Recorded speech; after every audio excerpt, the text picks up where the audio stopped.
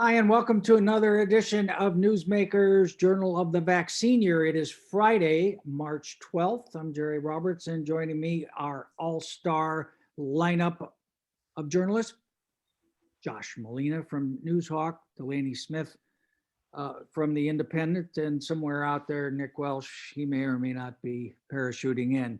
So all good news, it seems like. I'm the last person in the world that wants to be hopeful, but Congress and the president passed this $2 trillion bailout thing to give people money to help them through this. He said everybody's going to have a vaccine available as of May 1st. And Delaney, what are some of the numbers that show where we are locally, both on the pandemic and on the vaccine? So locally, it's matching nationally. We're doing great. This last week, there was a almost 40% increase in the county's vaccine allocation, and every week we've been getting increasing more and more. And then as far as our actual COVID data, I mean, we're looking now at probably Tuesday is when we're going to be going into the red tier. And the red tier is good. The red tier is less restrictive than the tier we're in right now, the purple tier. Yeah, it's going to mean indoor dining can resume. I'm not sure all of it. Gyms can reopen. A lot of places can open with at least 25% capacity indoors. So it's going to definitely help. Yeah, and in terms of the vaccine, I guess one out of 7 people now in the county, 72,000 people have been vaccinated. So yeah, that's pretty good. And what categories are now? I mean, we still got the 75 and over, well, the 65 and over for one thing. Who else is being vaccinated now or has access? So our county is doing a 70-30 split. 70% of every week of our allocation is going to healthcare workers and people over 65. And then the other 30% is split up between TK through 12 teachers and staff, food and agricultural workers, emergency service workers, childcare workers. So they are all kind of splitting that 30% pie. All right. And then, so Josh, so there was a lot of concern on behalf of the teachers and the teachers union and so on, both, I think, in Santa Barbara and in Goleta, about getting vaccines before they return to the classroom. It sounds like Santa Barbara's doing pretty good. About 63%, I'm told, have either been vaccinated or have an appointment for it.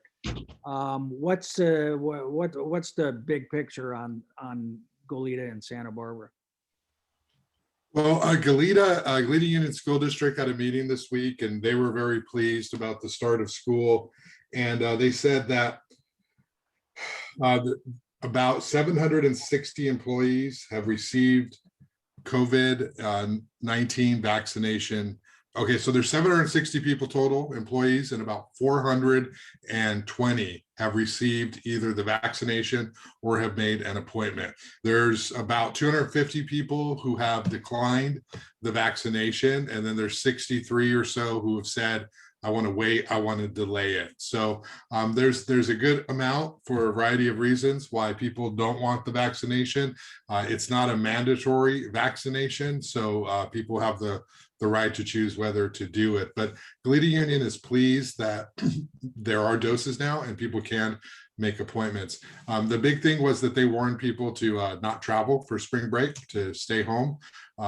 They don't want to lose any of the momentum that they've had, and they're worried that people are going to travel. One of the board members said, to Texas or these states that have basically said masks are not required. And one of the board members said, can we require people to quarantine if they travel more than 120 miles outside of Goleta? And so that would say, no, we can't really do that, but we can highly suggest it. So there's going to be an educational outreach effort by the Santa Barbara County Public Health to encourage people and families to stay put during spring break. Yeah, I read a story in San Francisco Chronicle today. They interviewed a number of epidemiologists up there. We're talking about a fourth surge, yet another wave that would come in part because of spring break, but also because people aren't getting vaccinated. I think 11% have turned it down among the Santa Barbara Unified staff. Delaney, what was the reaction to the first week? How did it go with having students back? It went really well. It was a really successful first week. And even with teachers, because there was a lot of tension there with many teachers not wanting to go back without their vaccines. But I did talk to Karen McBride, and she said that when she had done her site visits throughout the week, The head of the teachers union, Karen. yes, thank you. The head of the teachers union, she said that they were all really overwhelmingly positive and happy to be back, and things were going smoothly. Yeah. Josh, you mentioned a variety of reasons why people would not take the vaccine. What have you, I mean, what have you heard? Do you have any insight about what those reasons are? Well, I mean, just anecdotally, people that I've spoken to have raised questions about the long-term effects of the vaccination. Obviously, there's a whole group of science-minded people who say that's ridiculous. These have gone through all the tests and there's no long-term side effects. And if there are temporary side effects, some people say they get a fever pretty high, 48 hours. That's nothing compared to what would happen with COVID. So, I think that people are kind of just, it's like anything new, anything this quick, dealing with their health and their bodies. Some people, percentage of the population is always going to have some skepticism about whether they want to do that or not. And so unless the vaccine becomes mandatory, like a tuberculosis or something like that, then, I think you're going to have a percentage that aren't going to want to take it if they're, even if they're employed by a school. And Delaney, you said that the public health department is going to have some kind of outreach program about encouraging people who are reluctant to get it specifically. Yeah, they are, and they have been doing that, an informational campaign.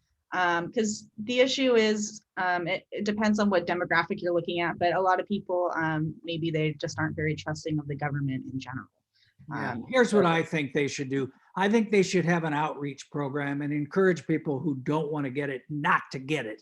And we should let natural selection take over. And I just, it's so goofy, because they put everybody else at risk in a way by not getting it. But anyway, all right. There was a lot of other stuff going on at the school board.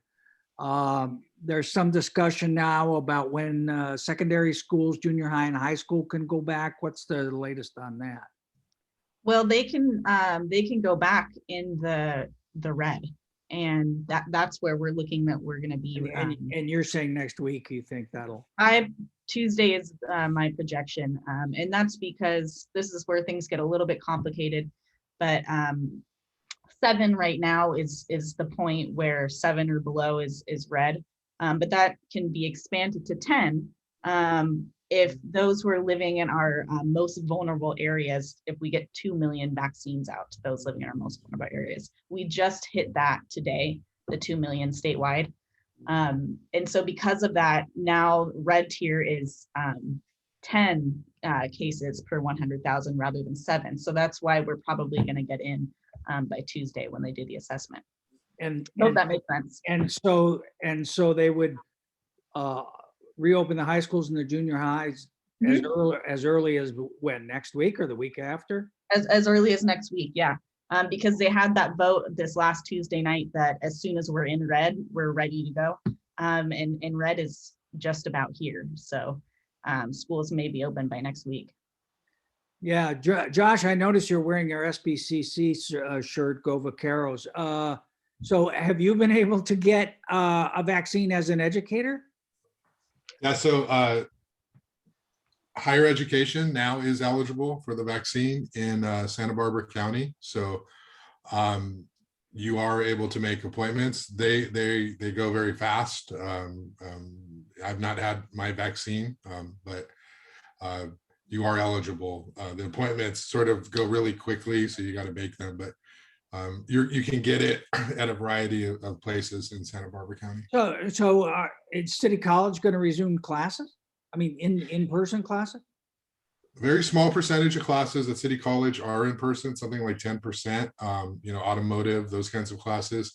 They're not planning to resume classes this semester. And I don't think they've announced anything formal for the fall. Okay, all right. And then the other thing that came up at the school board meeting was this issue of grades and, changing the grading system. And I guess they had some high-powered consultant. What was that all about? So yeah, they had this workshop. It was $3,500. The school district paid this company to come in and do a workshop for $3,500. It was about a 3-hour workshop. I don't know, it felt like 40 hours covering it. It was so long. It went on and on and on. And basically the big picture is that there's this national movement to grade students differently than A, B, C, D, F, or if they're in the lower grades, on a number, and figure out a way to grade what they actually know.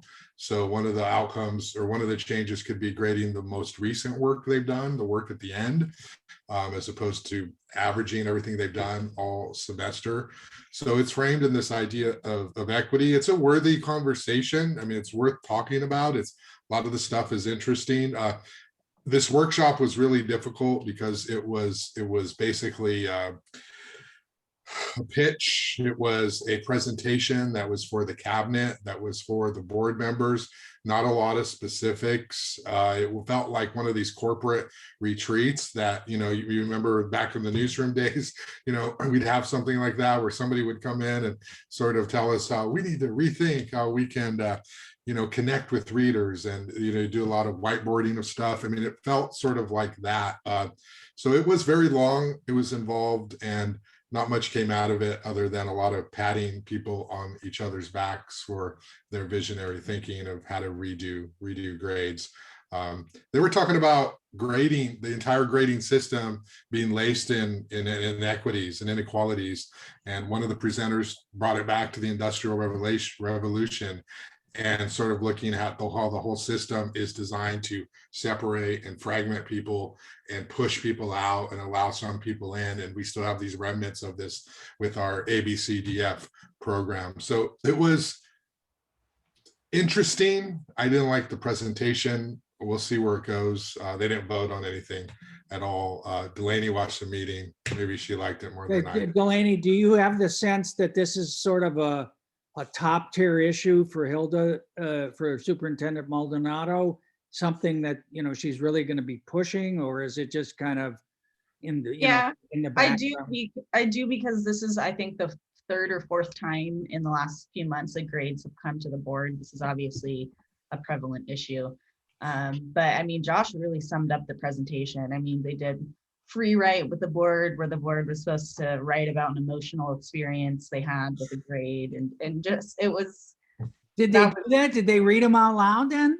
Yeah, they read out loud adjectives that were describing their free write. Really? Yes. Wow. It was that kind of presentation. But what did Laura Cap say? I don't remember what hers was. She was always that unfair.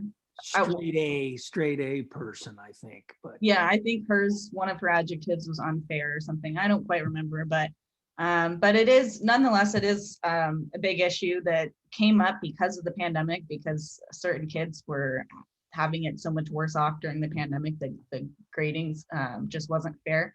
But this seems like something permanent. Throughout long past the pandemic ending, they're talking about grading on a 4-point scale, which means you get a 1, 2, or 3, or 4. There is no 100-point system, that you only are graded on your most recent work. So if you didn't do so well in the beginning of a class, but you improved, you're only graded on the improvement. You're not graded on the. But then you wonder, so then they go apply to college, and they have this different grading system than I don't know. One of these days we need to have an entire program about the words equity and equality and the difference between them, and how the equity has sort of taken over everything, and whether that's a good idea or not a good idea. I will say this, Jerry. The meeting costs $3,500. I don't think that should be lost.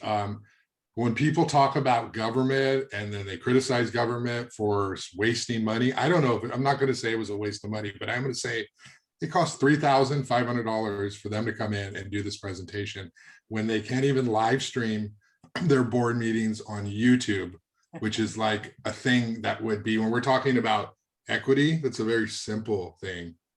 Let's make this available to everybody, not just the people who can watch it in real time.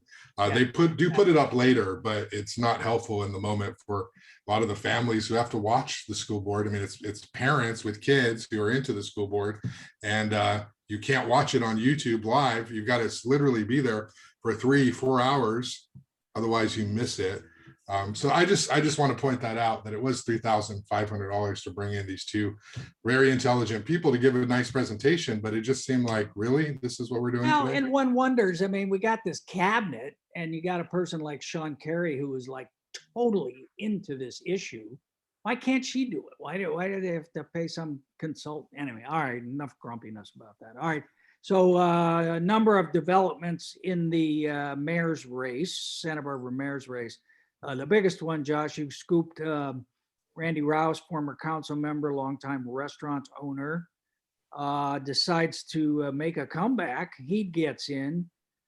Meanwhile, the mayor and I had a conversation that created some controversy as well. What is Randy's entry due to the race? And is he formidable? How formidable is he? Well, it shakes up the race in a super dramatic way, because Randy Rouse is an old-time Santa Barbara dude, very popular, has lots of connections among people who vote. And he has access to people who are going to give money, who will want to actually support a campaign to oust Kathy Murillo. So he's somebody who people have been trying to get to run. He finally decided he was going to do it. This guy's a business owner. He's a former property owner. He was involved in the downtown parking committee. He was on the city council. He's like a version of Santa Barbara that is exactly who should be mayor. He represents a group of Santa Barbara who would love to see that person be mayor. And so he's going to take away from Deborah Schwartz, because she's trying to appeal to the developers and the moderates and the business people. He's going to take a little bit away from James Joyce, because he's also trying to appeal to the business community. So he definitely extracts and takes a little bit of the airspace away from them. Probably hurts Deborah Schwartz more than James Joyce. And then there's theories, oh, well, he just guaranteed that Kathy Murillo is going to get reelected because, you know, all these opponents are going to split votes, and Kathy's core base, whatever's left of that, is going to vote for her. And that's the problem that people have when they want to run in Santa Barbara to oust somebody they don't like, is that too many people run. You just need one person to run. And, you know, whatever, Kathy's going to have the Democratic Party endorsement. Maybe, I don't know, but if she does, it'll be valuable for her. Well, I think Randy's entry makes it more likely that she does get it, because, you know, with James, when it was just the three of them, James and Deborah and Kathy, you know, they're all Democrats, and maybe, you know, I'll think about this and that. You have to get 60%. But this is sort of the same dynamic that happened 4 years ago when we did that poll that showed Kathy and Frank Hotchkiss tied, and everybody freaked out and said, "Oh, we're going to have a climate denier as the mayor," and got behind Kathy. Randy is not Frank Hotchkiss, though. He's not a log by any stretch of the imagination. Frank Hotchkiss is a Republican, and you know, it was amazing that when he got elected originally, it was a bit of an anomaly, but he was part of that wave with Michael Self and Dale Francisco. He was able to stick around. Randy's not a Republican. He's definitely not a lefty Democratic Party local guy either. He's not registered as a party. And he's one of these people who goes back and forth. Like, he's liberal on some issues, he's conservative on others.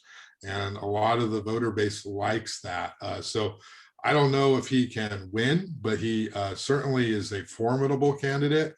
And he's probably the like, if Kathy doesn't get it, it could be Randy sort of thing, because he's just got a lot of loyalties in Santa Barbara, and he really knows the issues, and he's going to be able to raise money. So he's definitely somebody who is in, and he's already going to be one of the top contenders. But Jerry, speaking of, you're such an egomaniac. You're so narcissistic.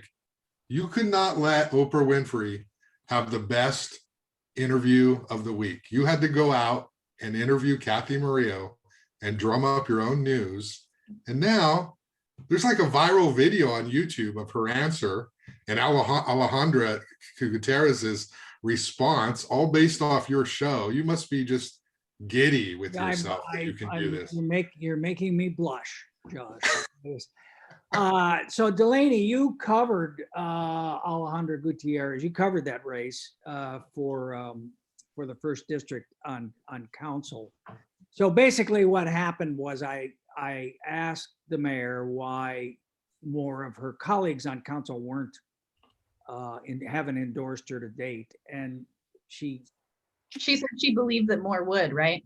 She said she believed that more would. She was working on Jordan and Friedman, but then she said, I haven't even broached it with Alejandra, and this is pretty close to an exact quote, but it's like your wife, Jerry. You don't want to, you need to wait until she's in a good mood.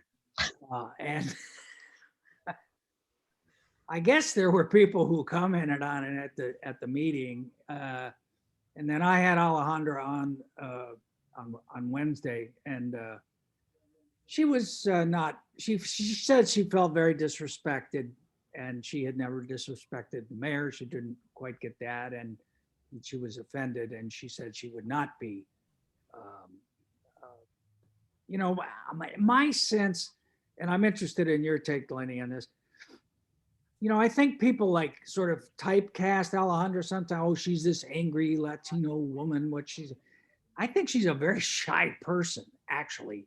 And this is a whole new thing to go from being sort of an advocate for whatever the Franklin Center is, to like being out there, and you have to respond to people, and you have to, be in public. And I think she's doing quite well at doing it, but I don't know. What do you think that's accurate about Yeah, her? no, that's really funny you say that. I can definitely see Alejandra as being shy. And I think that, just for example, and I can't really get into specifics, mostly because I barely remember anymore, but interviewing her one-on-one at the time when she was running against Jason, she was so much more explosive off the record, just between the two of us. And then when it came to actually showing that side, to the public, she was a totally different person. I don't know if you remember her back then, but she tried to come off as a politician when she really wasn't one. Yeah. But yeah. But I think she's doing pretty well, Josh. I don't know. What do you think? Well, I think what's impressive about her, she has not sold out. Normally, people who identify as from the community who get elected, they sell out, and all of a sudden they start getting really defensive of the other elected officials or the city administration, and they think they're working at a corporation where they have to have this group think defending all the employees. And she's not like that. She understands that she is a person who has got a job, who is actually elected to oversee, like a board of directors, and have input.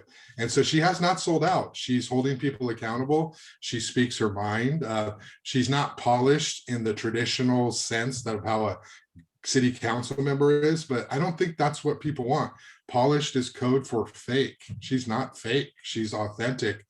And this statement that the mayor made is sexist.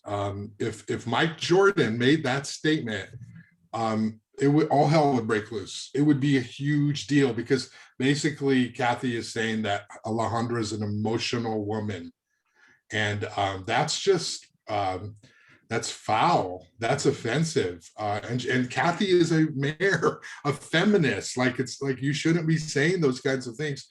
And she should just say, I have not found the right time yet to talk to her about it. But she did it. That said, did you feel like the parade of people in public comment who blasted Kathy over it. Was that a setup by one of the other campaigns? I don't know, probably not. I think that obviously the video got around, and once people found out, they shared it and people called in. I doubt Alejandra would organize people to speak. Maybe somebody else who's a friend of Alejandra's or a supporter of hers, maybe they organized it. But these were people who were calling in, and it hijacked the beginning of the meeting. I think there were about 12 people who called in, and they all criticized Kathy Murillo, and Kathy really didn't even address it until Councilmember Oscar Gutierrez pointed it out, and he was more mad at you, Jerry. Accused you of spinning it and manipulating it because you Yeah, released it on international. there I went and printed what she said. Can you imagine? What an outrage. Thank you, Oscar. Yeah, well, hey, real quick before we go, Newshawk had this story about the Coastal Commission, and I guess DAS is trying to get it, Megan's trying to get it. Can you give me like a 60-second take on what's happening with that? So Megan Harmon and Doss Williams are going to get nominated from Santa Barbara County to be on the Coastal Commission, and Doss will probably be the Board of Supervisors representative, and there's a city representative, and that'll be Megan Harmon. They're the only two who are still in it and wanting to get nominated, and then those nominations will go to the governor. There is a Linda Parks in Ventura County is interested in the position. So the Coastal Commission is highly sought after. Santa Barbara's only had 2 on the commission last 20 years, Dan Secord, Greg Hart. So if you're representing the Coastal Jana Mission, Zimmer. Jana Zimmer.